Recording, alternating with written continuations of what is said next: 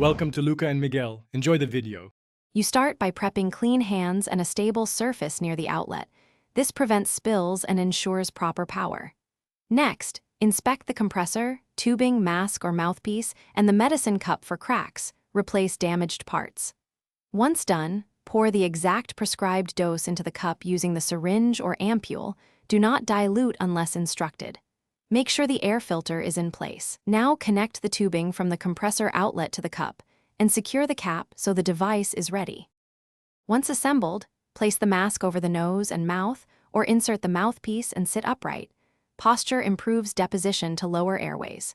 Turn on the compressor and verify a steady visible mist within about 3 to 5 seconds. If not, check connections. Breathe in slowly for 2 to 3 seconds and exhale for 3 to 4 seconds. This deep, controlled pattern pushes medicine deeper into the lungs. Continue until the medication cup is nearly empty or mist stops. This usually takes 5 to 15. When treatment ends, turn off the compressor and disconnect tubing. Discard remaining solution per instructions and store parts to dry. Wash the medicine cup, mask, or mouthpiece in warm soapy water, rinse well, and air dry on a clean towel to prevent bacteria buildup. Replace the air filter as scheduled. If you see no mist, check power, ensure tubing isn't kinked, confirm the cup is correctly assembled, and inspect the compressor filter. These fixes resolve most issues quickly.